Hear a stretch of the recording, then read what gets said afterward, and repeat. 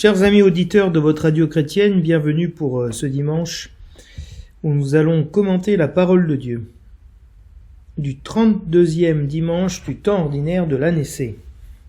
Commençons sans plus tarder par la proclamation de la parole de l'évangile de Jésus-Christ selon saint Luc.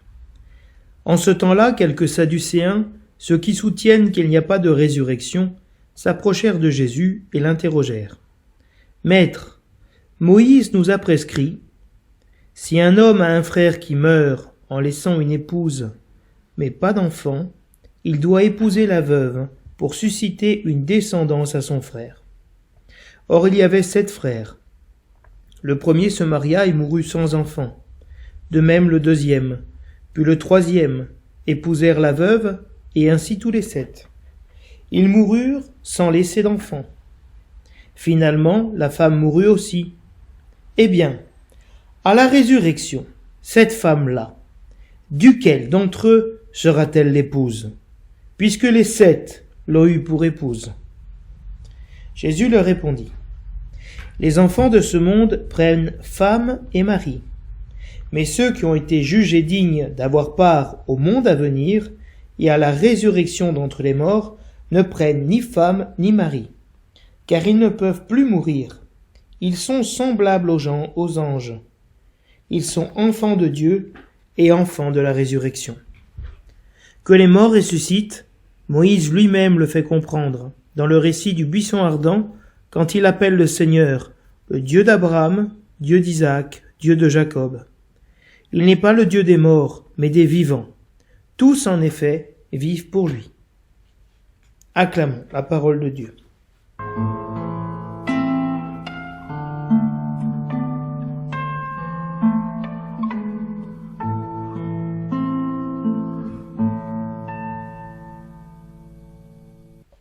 Lecture du 2e livre des martyrs d'Israël. En ces jours-là, 7 frères avaient été arrêtés avec leur mère. À coups de fouet et de nerfs de bœuf, le roi Antiochos voulut les contraindre à manger du porc, viande interdite. L'un d'eux se fit leur porte-parole et déclara : « Que cherches-tu à savoir de nous ? Nous sommes prêts à mourir, plutôt que de transgresser les lois de nos pères. » Le deuxième frère lui dit, au moment de rendre le dernier soupir : « Tu es un scélérat, toi, qui nous arraches à cette vie présente. Mais puisque nous mourrons par fidélité à ces lois, le roi du monde nous ressuscitera pour une vie éternelle. » Après cela, le troisième fut mis à la torture. Il tendit la langue, aussitôt qu'on le lui ordonna, et il présenta les mains avec intrépidité, en déclarant avec noblesse : « C'est du ciel que je tiens ces membres, mais à cause de ces lois, je les méprise, et c'est par lui que j'espère les retrouver. » Le roi et sa suite furent frappés de la grandeur d'âme de ce jeune homme, qui comptait pour rien les souffrances. Lorsque celui-ci fut mort, le quatrième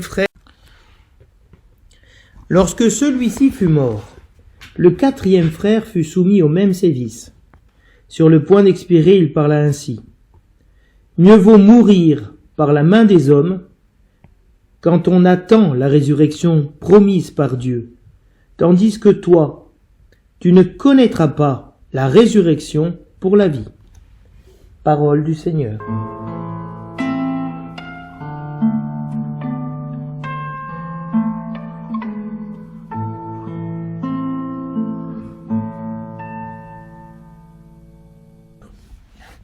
Le refrain du psaume nous dit : « Au réveil, je me rassasierai de ton visage, Seigneur. » Seigneur, écoute la justice, entends ma plainte, accueille ma prière. Tu sondes mon cœur, tu me visites la nuit, tu m'éprouves sans rien trouver. J'ai tenu mes pas sur tes traces, jamais mon pied n'a trébuché. Je t'appelle, toi, le Dieu qui répond. Écoute-moi, entends ce que je dis. Garde-moi comme la prunelle de l'œil. À l'ombre de tes ailes, cache-moi, et moi, par ta justice, je verrai ta face. Au réveil, je me rassasierai de ton visage. Au réveil, je me rassasierai de ton visage, Seigneur.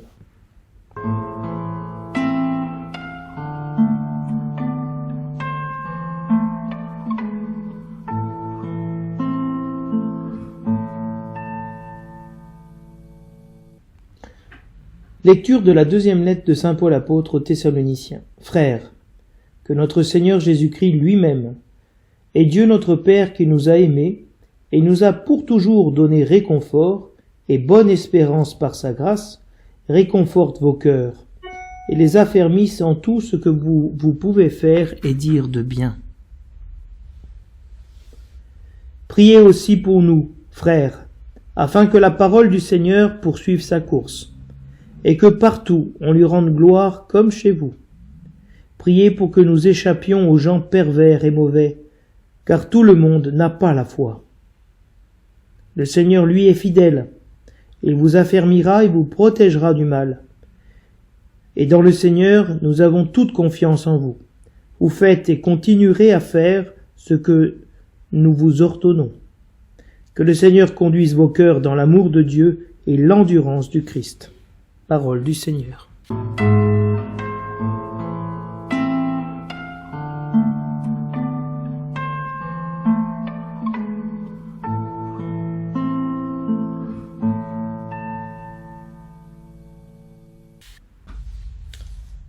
Avant de rentrer dans le thème de ce dimanche, je voudrais faire une petite introduction à ces dimanches qui nous séparent de la fête du Christ roi et de la fin de l'année liturgique. Parce que si tous les dimanches célèbrent le mystère même du Christ dans sa plénitude, comme nous dit la présentation générale du lectionnaire de la messe, le mystère pascal est donc célébré chaque dimanche. Les dimanches des temps forts, des temps liturgiques comme l'Avent, le temps de Noël, le Carême, le temps pascal, n'ont pas la même manière de se rapporter au mystère pascal. Ils en soulignent plus ou moins certains aspects propres au temps liturgique qu'ils célèbrent. Ainsi, le temps par exemple du Carême va mettre plus l'accent sur les tentations et la passion du Christ, alors que le temps pascal mettra l'accent sur la résurrection. Bien qu'il parlera des souffrances du Messie, il était nécessaire que le Messie souffrit sa passion. Pour ressusciter, l'accent est mis sur la résurrection. Les 3 derniers dimanches du temps ordinaire préparent toute l'Église à la fin du temps liturgique et à la fin des temps. Ils anticipent déjà ce que toute l'Église célèbre dans la première partie de l'Avent, du temps de l'Avent, qui est l'attente du retour du Christ. Ainsi, les dernières semaines de l'année liturgique font résonner les thèmes des fins dernières, de la mort, de la résurrection, du retour du Seigneur et du jugement final. Le lectionnaire a été conçu selon des normes et des principes pour que nous puissions le comprendre et l'interpréter. Ainsi, dans la présentation générale du lectionnaire romain, lectionnaire de la messe, au numéro 110, nous trouvons une indication concernant les lectures de la semaine, qui nous aide à comprendre la thématique des derniers dimanches de l'année liturgique. Je cite. À la fin de l'année liturgique, on lit des livres qui correspondent à l'ambiance eschatologique de ce temps, tel le livre de Daniel et le livre de l'Apocalypse. Au numéro 105, le document poursuit. Afin de garder à la fin de l'année liturgique les lectures eschatologiques de la 33e et de la 34e semaine, on notera la convergence du déroulement des évangiles avec celui de l'année liturgique. On lit ainsi, après l'Épiphanie, les débuts de la prédication du Christ, qui continue les premières manifestations célébrées à l'Épiphanie et au baptême du Seigneur. Et on termine avec le discours eschatologique qui rejoint le thème de la fin de l'année liturgique, l'attente des derniers temps. Au numéro 109, le document nous dit « Le discours eschatologique est donné intégralement dans Luc, ce qui a permis de le placer à la fin de l'année liturgique. » Puisque cette année, nous sommes l'année C et nous lisons l'évangile de Luc. Ainsi, si le lectionnaire regroupe du 13e au 31e dimanche de l'année C les épisodes de l'évangile de Luc sur la montée à Jérusalem de Jésus, le 32e dimanche marque une rupture dans cette unité du récit de Luc et ouvre sur des péricopes eschatologiques.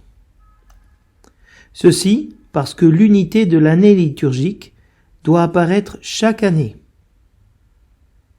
La liturgie se soucie de raconter chaque année la même histoire et de traiter chaque année les mêmes thèmes fondamentaux. Ce thème de l'eschatologie est un thème fondamental de notre foi, car il en indique la finalité, le but et la fin. L'eschatologie, c'est tout ce qui concerne les fins dernières, la vie après la mort, le ciel. Ce qu'on appelait à l'époque en latin les novissimi. On notera la convergence du déroulement des évangiles avec celui de l'année liturgique. On lit ainsi après l'Épiphanie les débuts de la prédication du Christ. Nous avons donc une convergence des évangiles avec le moment de l'année liturgique. Et donc dans ce 32e dimanche du temps ordinaire, une convergence de l'évangile de Luc avec l'année liturgique qui est sur le point de s'achever. Ainsi, le texte des Maccabées et celui de l'Évangile manifestent un des principes fondamentaux du lectionnaire, qui est de souligner encore davantage l'unité essentielle de l'histoire du salut, et montrer que le cœur de cette histoire du salut réside dans le mystère pascal de Jésus. Pour résumer notre propos, la liturgie nous invite dans ces derniers dimanches à nous pencher sur la fin du temps, la fin de notre vie, et donc sur le sens que nous donnons à notre vie, parce que nous savons que la finalité que nous donnons à notre vie donne un sens à nos actions. Et donc, les évangiles de ce dimanche vont nous introduire dans des questions qui touchent la fin des temps. Les dernières réalités, les réalités ultimes de l'eschaton, après la mort. Et aujourd'hui, nous verrons comment la liturgie s'empare d'un thème fondamental, celui de la résurrection. Nous allons maintenant traiter du thème de ce dimanche.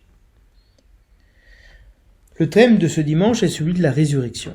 Or, le contexte dans lequel ce thème va évoluer n'est pas celui du temps pascal, un temps rempli de joie et de lumière où toute l'Église célèbre la résurrection de son Seigneur et Sauveur Jésus-Christ. Nous sommes ici dans le contexte de la fin de l'année liturgique, et donc dans un temps qui est en train de toucher à sa fin, ce qui invite toute l'Église à se pencher sur les fins dernières, et en particulier aujourd'hui sur la résurrection des fidèles défunts. Le titre de l'Évangile donné par le lectionnaire est « Il n'est pas le Dieu des morts, mais des vivants ». Et nous voyons bien que l'Évangile commence en disant que les Sadducéens soutiennent qu'il n'y a pas de résurrection. Et donc l'objectif immédiat va être de répondre à cette objection qu'il n'y a pas de résurrection. Et Jésus-Christ affirmera que le Dieu d'Israël, le Dieu d'Abraham, d'Isaac et de Jacob, est le Dieu des vivants, et non pas le Dieu des morts. Et que ceux qui ont été jugés dignes du monde à venir passeront par la résurrection d'entre les morts. Ils sont fils de la résurrection. Et les morts ressuscitent.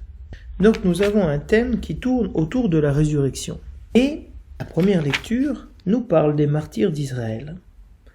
Le roi du monde nous ressuscitera pour une vie éternelle, nous dit le titre du livre des Maccabées. Donc ici aussi, on parle de résurrection pour une vie éternelle. Le verset du psaume nous dira « Au réveil », c'est-à-dire à la résurrection, « Je me rassasierai de ton visage, Seigneur ». Le verset de l'Alléluia nous disait lui aussi « Jésus-Christ, le premier-né d'entre les morts. À lui la gloire et la souveraineté pour les siècles des siècles. » Donc vous comprenez que nous sommes bien dans un contexte de résurrection. Si la foi en la résurrection est déjà présente dans le livre des Maccabées, et implicite dans la citation du livre de l'Exode chapitre 6 sur le Dieu d'Abraham, d'Isaac et de Jacob, qui est le Dieu des vivants et non des morts, la foi chrétienne, elle, a son origine dans la résurrection du Christ.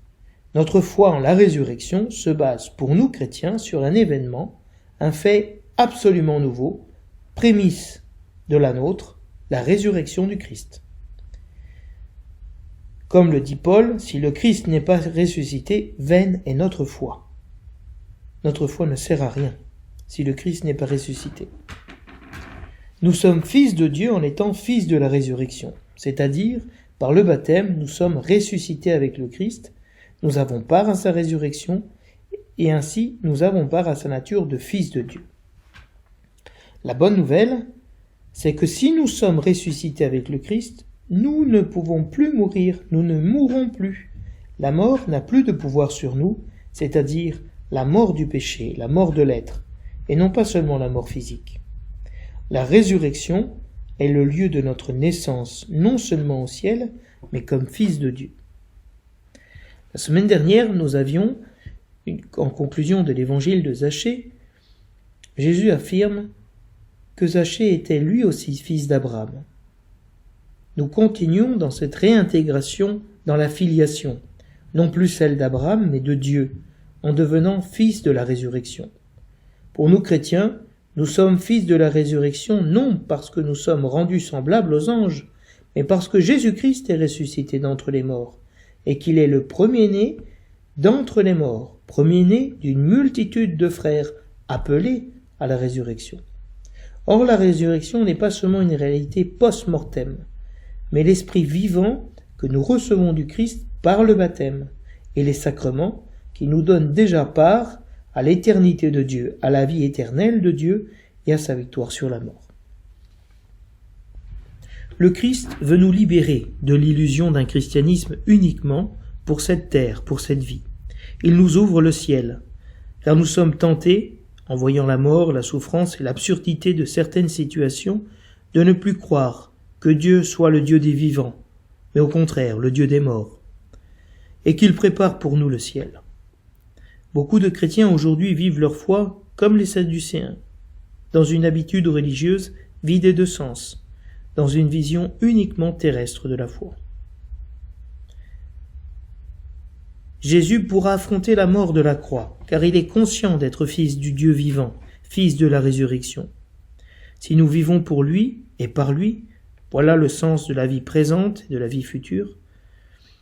Nous pouvons dire avec Paul, ce n'est plus moi qui vis, mais le Christ vit en moi, parce que nous commençons à vivre par lui. Le Christ nous promet dans ce dimanche que nous serons semblables aux anges, que nous serons fils de Dieu et fils de la résurrection. C'est bien ici le thème de la divinisation de l'homme. L'homme est rendu comme Dieu, de l'élévation de l'homme à la nature divine. Dieu s'est fait homme pour que l'homme devienne Dieu. Ainsi, notre vie ne nous est pas enlevée, mais elle est transformée. En étant le Dieu d'Abraham, d'Isaac et de Jacob, Dieu devient le Dieu de chacun d'entre nous, croyants. Dieu est le Dieu de l'histoire, de notre histoire, il est notre Dieu. Nous sommes héritiers de la même promesse faite à nos pères, la vie éternelle. Et il est le Dieu de la vie, et de tous les vivants, et de tout ce qui vit. Ainsi, nous voyons comment ce thème de la résurrection nous fait grandir dans la foi, de voir que nous participons à une histoire du salut, à une révélation sur cette résurrection qui est progressive, qui s'est surtout exprimée au temps de la persécution d'Antiochus Épiphane contre les Juifs. Et comment ces frères Maccabées ont pu dire qu'ils étaient prêts à mourir,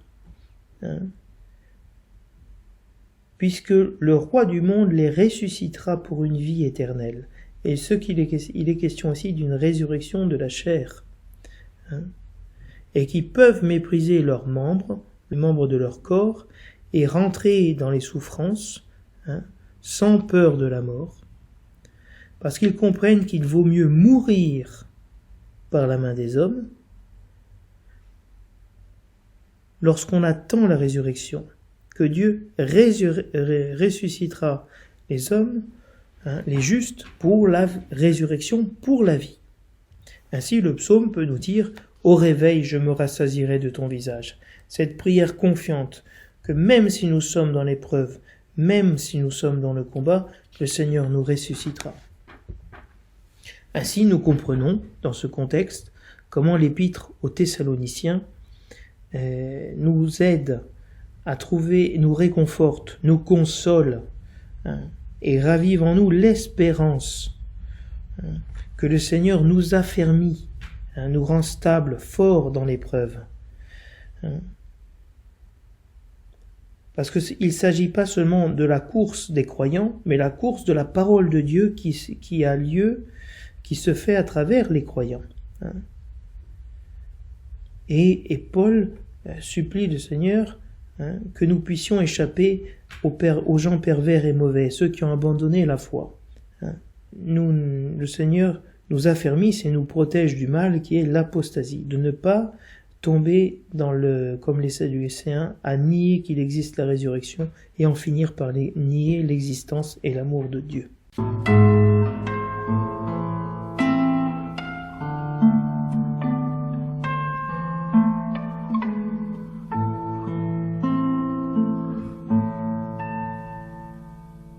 Entrons plus avant maintenant dans le commentaire de l'évangile de ce dimanche. Le titre donné à la péricope évangélique est le suivant. « Il n'est pas le Dieu des morts, mais des vivants. » Le verset de l'Alléluia, lui, récite « Jésus-Christ, le premier-né d'entre les morts, à lui la gloire et la souveraineté pour les siècles des siècles. » Et nous voyons tout de suite les thèmes de la mort et de la vie qui surgissent. Il n'est pas le Dieu des morts, mais des vivants. C'est le premier-né, oui, mais d'entre les morts. L'évangile de ce dimanche est divisé en une lecture longue et une lecture brève. Le fait que le lectionnaire propose deux versions d'une même péricope nous aide à en cueillir le sens. Ainsi, la version brève va occulter toute la diatribe sur la loi du Lévirat et la question piège posée par les Sadducéens pour reprendre immédiatement après le verset qui dit « En ce temps-là, quelques Sadducéens, ceux qui soutiennent qu'il n'y a pas de résurrection, s'approchèrent de Jésus et l'interrogèrent. » Et le lectionnaire reprend « Jésus leur répondit « Les enfants de ce monde prennent femme et mari. » Cette coupure, tout en enlevant le contexte de la réponse de Jésus, a le mérite de ne pas distraire l'attention des auditeurs de la parole sur le but recherché par le lectionnaire de nous instruire sur l'existence de la résurrection. Au temps de Jésus, nous trouvons plusieurs groupes religieux. Nous avons vu le groupe des publicains, le groupe des pharisiens, et aujourd'hui nous voyons celui des Sadducéens. Les Sadducéens se revendiquent de Sadoc, l'un des principaux prêtres sous le règne de David. La dynastie sacerdotale qui va en découler donnera lieu à la dynastie des grands prêtres. Sadducéens est la traduction grecque des descendants de Sadoc. Ainsi, cette branche des Sadducéens, auquel appartenait le grand prêtre, présente un cas d'école à Jésus, citant d'abord la règle issue de la loi et un exemple, pour formuler enfin leur question. Les Sadducéens, comme nous dit le verset introductif de l'Évangile, ils soutiennent qu'il n'y a pas de résurrection. Les Sadducéens, en effet, ne croient ni à la résurrection, ni aux anges. Ils ne reconnaissent comme parole de Dieu que la Torah, c'est-à-dire le Pentateuque, les 5 premiers livres de la Bible, comme étant les livres de Moïse. Et ils ne reconnaissent aucun autre livre, y compris les livres prophétiques. Et ici, les Sadducéens vont faire référence à une loi qui est celle du Lévirat. Le lévir, en latin, signifie le beau-frère, et donc, quand un mari décédait, on ne pouvait pas laisser sa femme seule Donc l'un des frères devait épouser cette femme pour assurer une descendance à ce frère. Les Sadducéens proposent donc un passage du livre de Moïse, tiré du Deutéronome 25, sur la loi du Lévira. Mais ce qui est très intéressant ici, c'est que le texte qui est cité par Luc n'est pas textuellement le texte du Deutéronome, mais c'est une composition entre le texte du Deutéronome et un texte de la Genèse au chapitre 38.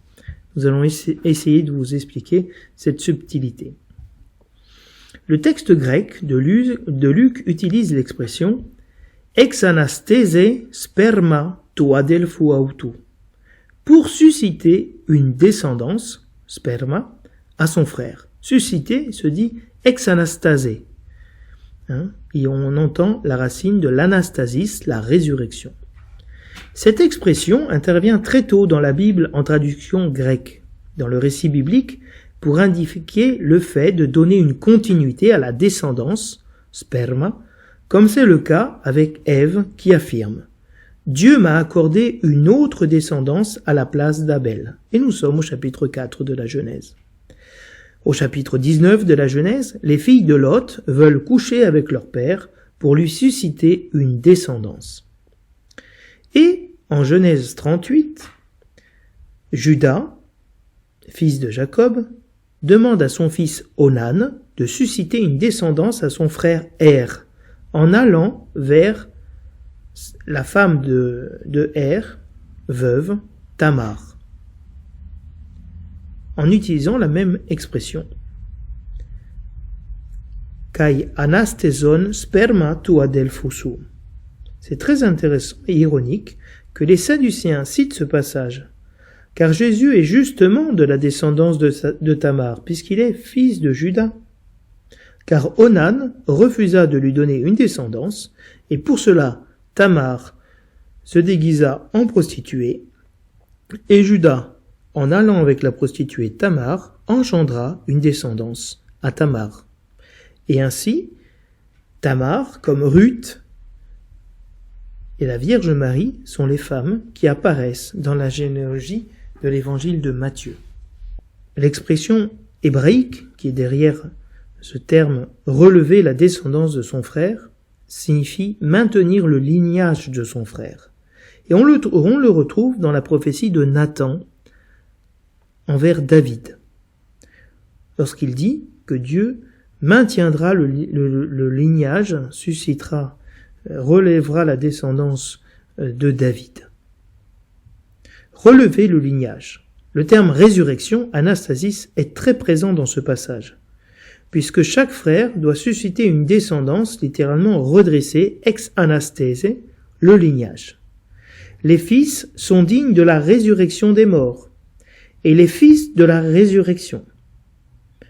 Les Sadducéens présentent donc un cas marqué par la mort, et montrent que la peine de la femme est double, puisqu'elle n'a rien qui lui fasse continuer la vie de son mari, par la naissance d'autres enfants.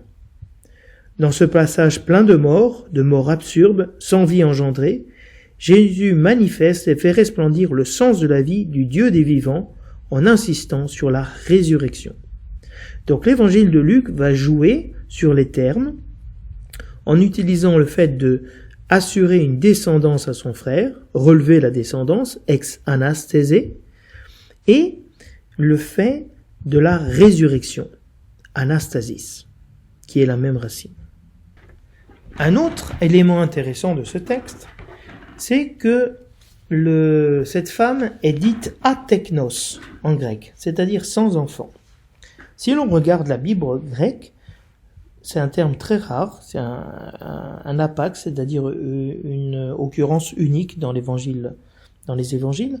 Mais si on regarde la Bible grecque, on voit qu'au chapitre 15, Abraham se définit devant Dieu comme quelqu'un s'en allant sans enfant, ateknos. La prophétie d'Isaïe 49 parle d'Israël comme étant celle qui était privée d'enfants stériles et qui, ateknos, à qui Dieu a engendré une descendance, restée sans enfant, sans descendance est considéré aussi dans le livre du Lévitique comme le pire des châtiments, et le châtiment qu'il faudrait souhaiter lorsque la situation est trop cruelle, comme nous dit Jérémie 18. Dans le texte de Deutéronome 25, on parle de la loi du Lévira. Mais dans cette loi, il est question de descendance, sperma, en grec, et de relever le nom du frère, anasthésai tohonoma, mais pas de relever la descendance, tosperma. La citation n'est pas exacte. Il s'agit d'un assemblage qui réunit des éléments de Deutéronome 25 et de Genèse 38, selon la Septante. Le système du Lévira, mis en place par la loi, ne cherche pas d'abord à protéger la veuve, mais à assurer une solution de rechange qui puisse offrir à l'homme une descendance sans sortir du cercle familial. Alors qu'ici, les Sadducéens retournent le sens de la loi pour montrer l'absurdité de la condition de la femme dans la résurrection. Donc si vous voulez, c'est intéressant que les Sadducéens, dans la version reportée par l'évangile de Luc, ne citent pas exactement le texte du Deutéronome, vont citer un texte de la Genèse. Et donc montrer comment est introduit quelque chose de nouveau par rapport à la loi du Lévira. Il ne s'agit plus de relever le nom, mais de relever la descendance. Donc il y a comme ici un contre-pied déjà qui est fait par l'évangile de Luc au courant sadducéen, qui s'appuie sur la parole. Dans ces versets, il y a de nombreux thèmes. L'homme, la femme, les enfants, la mort, le manque d'enfants. Mais il y a aussi dès le début le mot anastasis, qui est d'abord sous la plume du narrateur, puis sur les lèvres des Sadducéens, et enfin sur celle de Jésus. Dans la loi du Lévira, avoir des enfants, c'est ressusciter, continuer à vivre dans la vie de ses enfants. Alors pourquoi aller chercher quelque chose d'autre, nous disent les Sadducéens? Pourquoi croire en une résurrection des corps après la mort? Ici, ce qui est en jeu, c'est la résurrection. Et ce qu'on entend par résurrection. Donc s'il y a une résurrection d'un autre type que celle offerte par la loi, le système de la loi prévu débouche sur un non-sens et sur une situation impossible. C'est cet homme, lors de la dite résurrection. Pourront-ils avoir la même femme? Donc, les Sadducéens essayent de montrer avec un cas aussi, mortel, puisqu'il y a 7 frères qui meurent, une situation désespérée pour montrer l'absurdité d'une résurrection. Parce qu'ils ont au fond une vision très matérielle de la résurrection. Donc les Sadducéens, pour démontrer qu'il n'y a pas de résurrection, font un exemple absurde, montrant que ce n'est pas crédible de prévoir une résurrection des morts, sinon une femme pourra se retrouver avec 7 maris. Ils ont une conception charnelle, selon l'expression de saint Paul, de la résurrection. S'il n'y a pas de résurrection, la souffrance de cette femme, le drame de cette femme, qui, comme Sarah, la fille de Raguel dans le livre de Tobie, a connu la mort de 7 maris, est absurde. Inutile. Nier la résurrection, c'est nier la vie. Et cela en vient à nier même l'existence de Dieu. Jésus-Christ va répondre. Les enfants de ce monde prennent femme et mari. C'est-à-dire, le mariage, dans cette vie, permet d'engendrer des enfants. Mais ceux qui ont été jugés dignes d'avoir part au monde à venir, donc il y a la différence entre ce monde-ci et le monde à venir, donc la résurrection d'entre les morts, ils ne prennent ni femme ni mari. Pourquoi? Pour 2 motifs. Ils ne peuvent plus mourir, et ils sont semblables aux anges, et ils sont enfants de Dieu et enfants de la résurrection. Donc ils sont fils de la résurrection, signifie qu'ils sont ressuscités. C'est la promesse que Dieu nous a faite, d'être comme des dieux, d'être à son image et ressemblance, d'être des hommes et des femmes ressuscités. Origène, qui est un des pères de l'Église des premiers siècles, nous dit « Ici-bas, à cause de la mort, il faut des mariages et des enfants. Mais où règne l'immortalité, point n'est besoin de mariage ni de fils. Il signale à ses yeux quelle fut l'erreur des Sadducéens. C'est d'avoir compris matériellement les promesses de Dieu qui ont trait au monde d'en haut. Il faut prendre au sens spirituel la descendance promise, ou la Jérusalem annoncée par les prophètes. Jésus a donc raison de reprocher aux Sadducéens leur ignorance des Écritures. Jésus nous dit qu'ils sont égaux des anges, semblables aux anges. Il faudrait savoir ce que l'auteur de cette phrase entendait par le mot ange, sachant que les Sadducéens ne croient pas à l'existence des anges. En recoupant les informations fournies par les écrits juifs de l'Antiquité, on peut noter les caractéristiques suivantes. Il s'agit des anges, des êtres proches de Dieu, créés par Dieu, mais étrangers au monde matériel. Donc les anges sont à la présence de Dieu, ils vivent en contemplant le visage du Seigneur. Jésus nous dit que les morts ressuscitent. Moïse lui-même le fait comprendre. Dans le récit du buisson ardent, quand il appelle le Seigneur le Dieu d'Abraham, le Dieu d'Isaac, le Dieu de Jacob. Le Dieu d'Abraham, d'Isaac et de Jacob fait allusion à une descendance donnée par Dieu au détriment de la stérilité de la femme d'Abraham, qui était Sarah, de la stérilité de la femme d'Isaac, qui était Rebecca, et de la stérilité de la femme de Jacob, qui était Rachel. Dieu est intervenu pour qu'elles engendrent des fils. Jésus révèle la véritable filiation, car ils sont fils de Dieu étant fils de la résurrection. Si Abraham, Isaac et Jacob sont vivants, c'est pas parce qu'ils ont engendré des fils, mais parce que Dieu a fait d'eux des fils adoptifs par Jésus-Christ, des fils de la résurrection.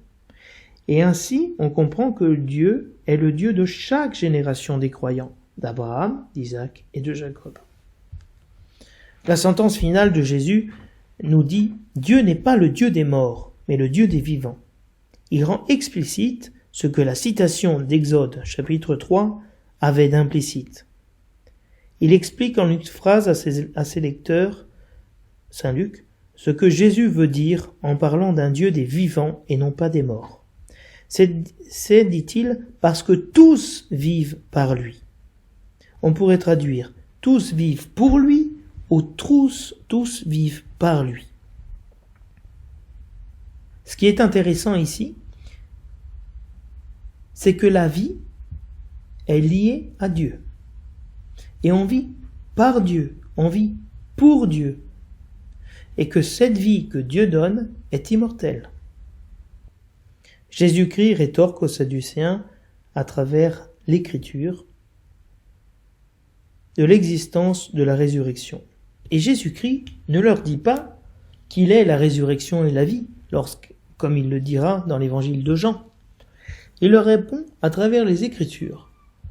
Parce que s'ils cherchent Dieu dans les Écritures, ils trouveront la foi en la résurrection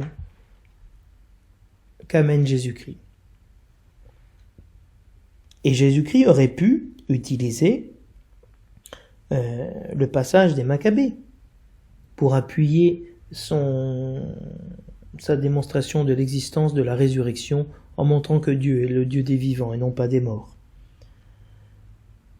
Il aurait pu le faire, mais ce livre n'est pas reconnu par les Sadducéens. Jésus-Christ va utiliser ce que peut comprendre son auditoire, et non pas ce qui est le plus significatif pour sa démonstration. Et ça, c'est très intéressant, parce que Jésus-Christ veut vraiment aider les Sadducéens à sortir de l'ignorance et de l'aveuglement dans lequel ils sont face à la résurrection, et les inviter à la résurrection, en leur parlant de ce en quoi eux ils croient. Donc on se retrouve dans cet évangile avec un Jésus-Christ qui nous donne annonce déjà la bonne nouvelle. Nous sommes dans une attente de la fin des temps.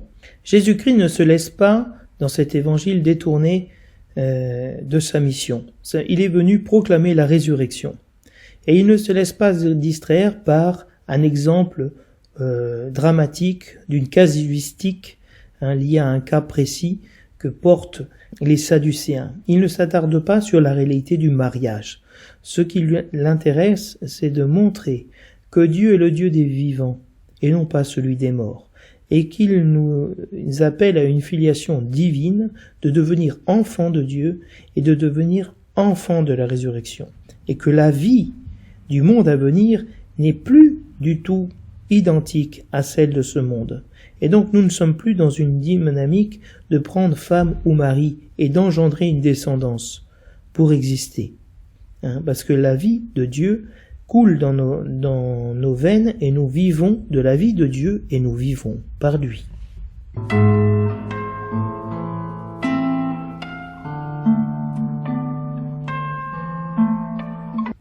Nous allons essayer de nous pencher maintenant sur la première lecture qui a été choisie par le lectionnaire pour illuminer l'évangile sur la résurrection et de comprendre cette résurrection comme une promesse, une prophétie, une annonce qui a déjà eu lieu dans l'Ancien Testament et qui s'accomplit dans le Nouveau, non seulement dans la résurrection de Jésus-Christ, mais dans la prédication de Jésus-Christ sur la résurrection.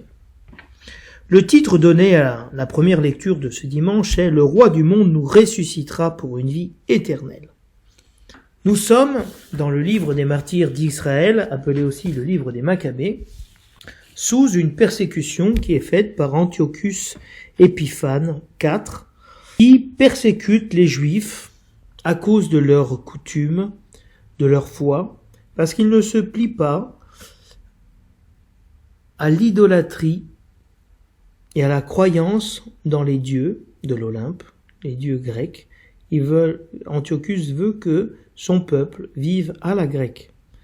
C'est tout un temps où sont fondés des gymnases à Jérusalem, où on va introduire l'abomination de la désolation dans le temple, on va introduire une idole, et on va demander aux Juifs de se recoudre le prépuce pour effacer tout signe d'appartenance au Dieu d'Israël, tout signe d'élection. Donc, le peuple juif se trouve dans un temps de grande persécution. Nous sommes dans le 1er siècle avant Jésus-Christ.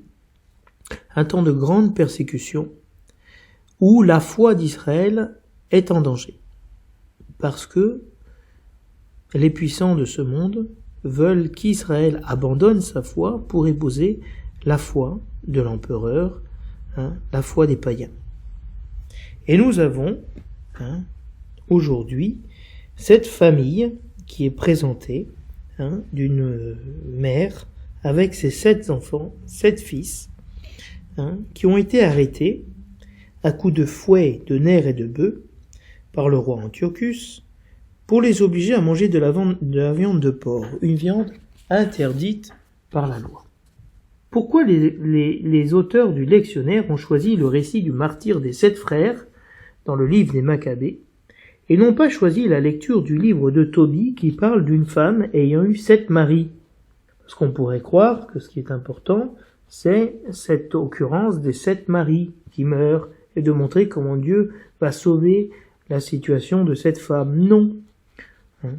Le but est véritablement de porter sur la résurrection.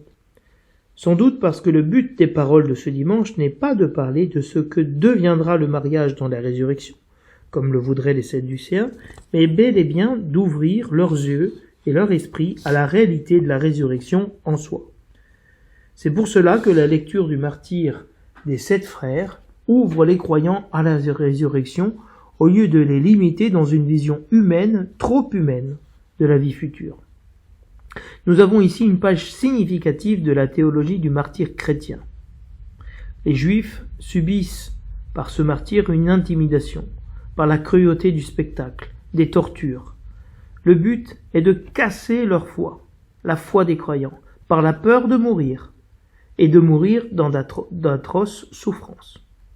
Nous avons ici le martyr d'une famille, d'une communauté de vie, qui s'encouragent mutuellement à rendre témoignage. Le témoignage se dit en grec « martyria », qui a donné le nom de martyrs.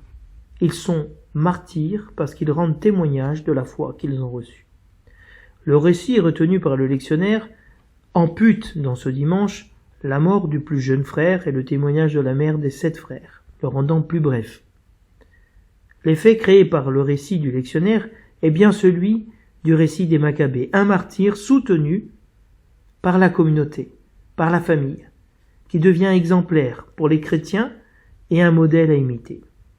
Ici, les frères refusent de manger de la viande de porc offerte en sacrifice pour les divinités païennes.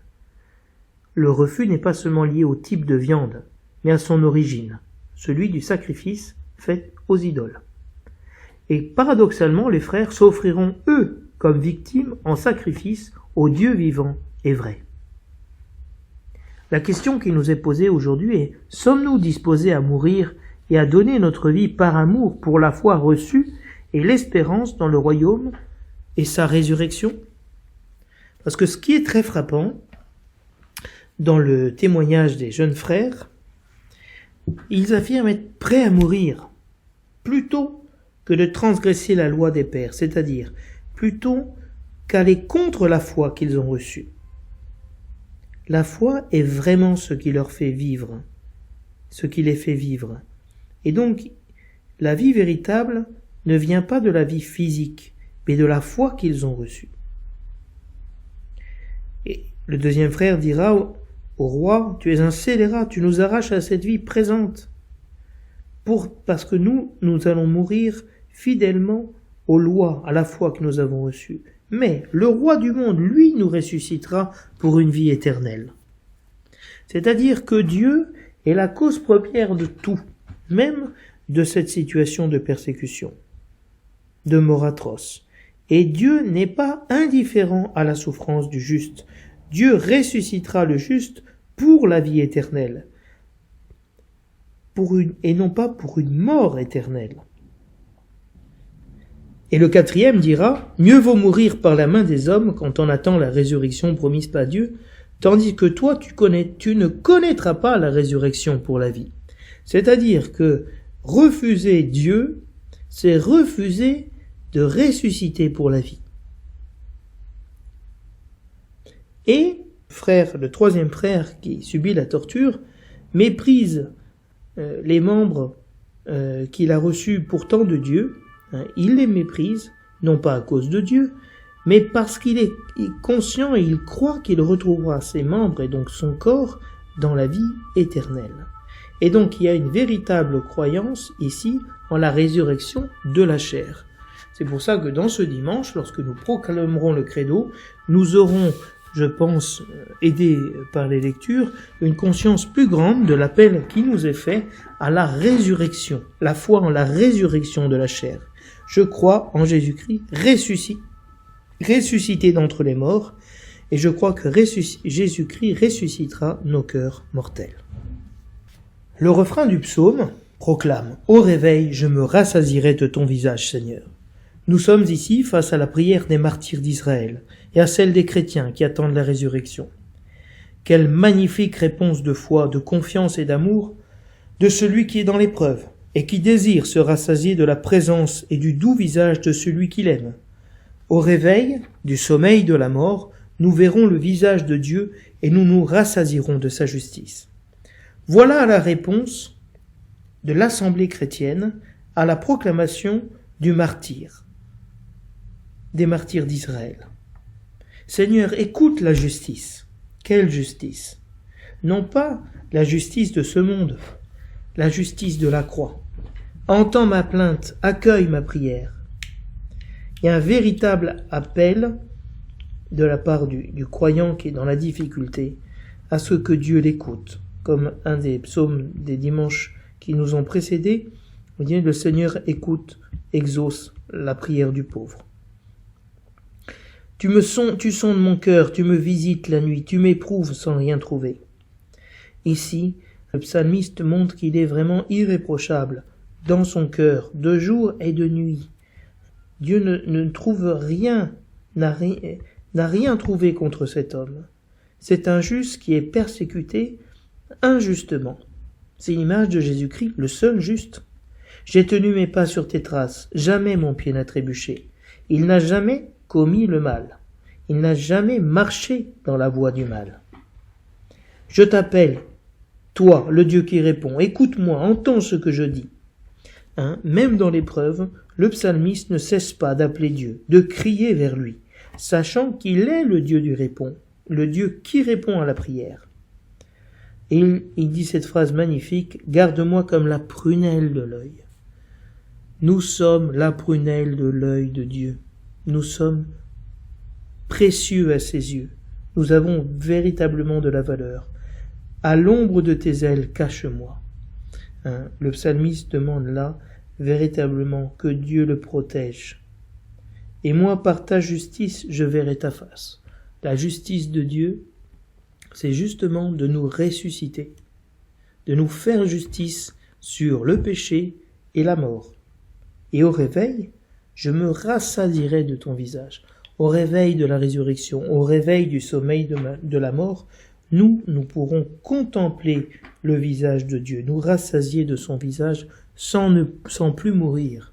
Vous savez que dans l'Ancien Testament, on dit que voir la face de Dieu, on ne peut pas vivre et voir la face de Dieu. Si on voit le visage de Dieu, on meurt.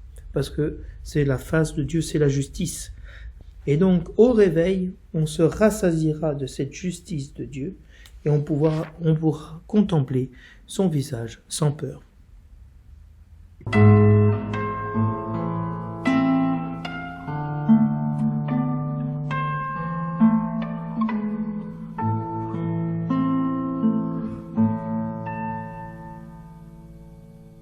La deuxième lecture de ce dimanche ne semble pas en syntonie avec la thématique de la résurrection.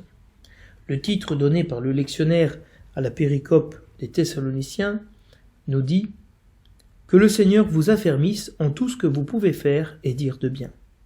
Ce titre ne semble pas porter le thème de la résurrection.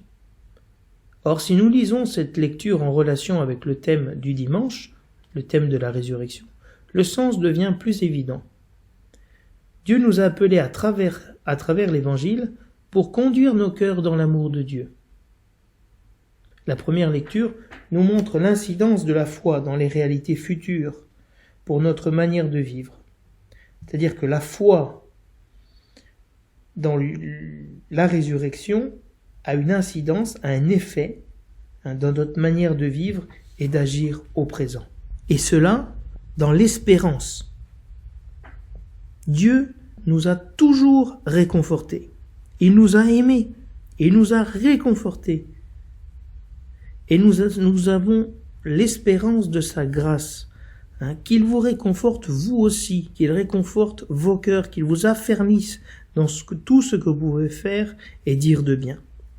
On peut comprendre cette lecture, d'être affermi, réconforté dans le moment de la persécution que vit le peuple d'Israël, que vivent les chrétiens d'aujourd'hui, que vit Jésus-Christ aussi dans l'attaque qui est faite par les Sadducéens. Si le dimanche dernier, Paul recommandait aux Thessaloniciens de ne pas s'effrayer ni de s'alarmer face à ceux qui annoncent un retour imminent du Christ, l'attente du retour glorieux du Christ demeure néanmoins une priorité du chrétien. Ainsi le chrétien demeure fidèle et persévérant dans la prière, sachant que le Seigneur veille sur lui et sur la communauté des croyants, et qu'il est fidèle à ses promesses. Le Seigneur, lui, est fidèle, nous dit saint Paul. Il vous affermira et vous protégera du mal. Donc il y a véritablement une conscience de la part de Paul que nous sommes dans un combat, un véritable combat. Et le combat que nous avons est celui de la fidélité. Fidélité et foi, c'est la même racine en grec. Et le Seigneur vous affermira dans la foi et vous protégera du mal. Le mal principal, c'est l'apostasie. Renoncer à Jésus-Christ. Abjurer la foi. Priez pour que nous échappions aux gens pervers et mauvais, car tout le monde n'a pas la foi.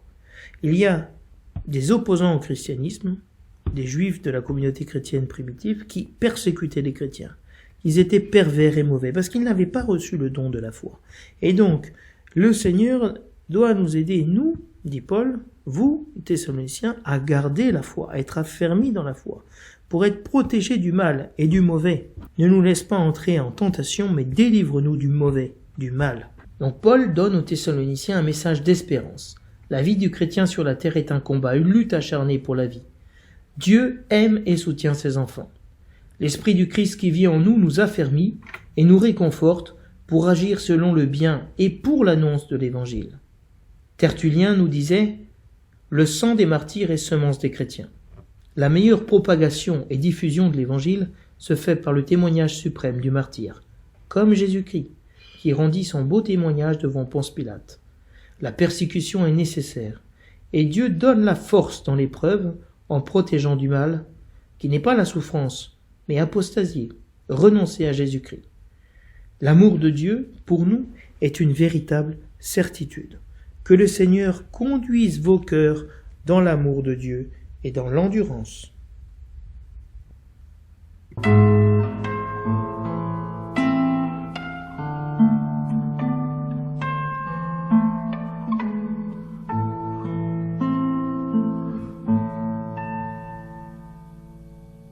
Je voudrais terminer en commentant brièvement l'oraison de collecte de ce dimanche. Dieu de puissance et de miséricorde, éloigne de nous, dans ta bonté, tout ce qui nous arrête, afin que sans aucune entrave, ni d'esprit ni de corps, nous accomplissions d'un cœur libre ce qui vient de toi. Le prêtre demande pour toute l'assemblée que le Dieu qui est puissant et miséricordieux puisse éloigner de nous tout ce qui nous arrête, tout ce qui peut nous décourager, peut être un obstacle à notre foi à la résurrection, qui peut menacer l'intégrité de notre foi, afin que sans aucune entrave, ni d'esprit ni de corps, nous accomplissions d'un cœur libre ce qui vient de toi. Nous sommes appelés à accomplir librement l'appel de Dieu à devenir chrétiens, à donner notre vie pour nos frères, à nous aimer les uns les autres. Jésus-Christ dira, il n'a pas de plus grand amour que de donner sa vie pour ceux qu'on aime. Ainsi, Dieu désire que nous accomplissions dans cette génération le ministère de son Fils Jésus-Christ, donner notre vie pour le monde, porter les péchés du monde. Ainsi, qu'il n'y ait aucune entrave, aucun lien, aucun obstacle, aucune pierre d'achoppement, aucun scandale pour notre esprit et notre corps. Les Sadducéens se retrouvent scandalisés par une loi qui demande d'épouser une femme ayant perdu son mari et de donner une descendance à son propre frère. Vu l'absurdité dans laquelle on peut se trouver dans certaines situations où une femme a connu 7 maris et à la fin, il n'y a aucun enfant, il n'y a aucune descendance. Et donc on peut nous aussi être scandalisés dans notre esprit ou dans notre corps de ce que Dieu permet comme souffrance. C'est pour ça que le peuple prie par la bouche du président de l'Assemblée. On demande au Seigneur d'éloigner de nous tout ce qui nous arrête, tout ce qui nous scandalise, tout ce qui nous entrave, qui nous empêche d'accomplir la volonté de Dieu, d'accomplir le témoignage de Dieu, le témoignage dans l'amour et la résurrection de Jésus-Christ. Je vous souhaite à tous et à toutes un très bon dimanche dans la parole de Dieu. J'espère avoir pu ouvrir quelques pistes. C'est un exercice assez difficile et assez long de pouvoir vous introduire dans le thème de ce dimanche. Et j'espère que vous y arrivez malgré moi et que Dieu vous aide à faire la synthèse dans votre cœur pour votre vie. Donc continuons à prier les uns pour les autres pour que dans ces temps qui sont difficiles et qui nous rapprochent de la fin des temps, dans le temps liturgique qui mène à sa fin, nous puissions vraiment prier les uns pour les autres d'être fidèles au témoignage que nous avons reçu. Je vous souhaite à tous et à tous un bon dimanche, au revoir et à la semaine prochaine.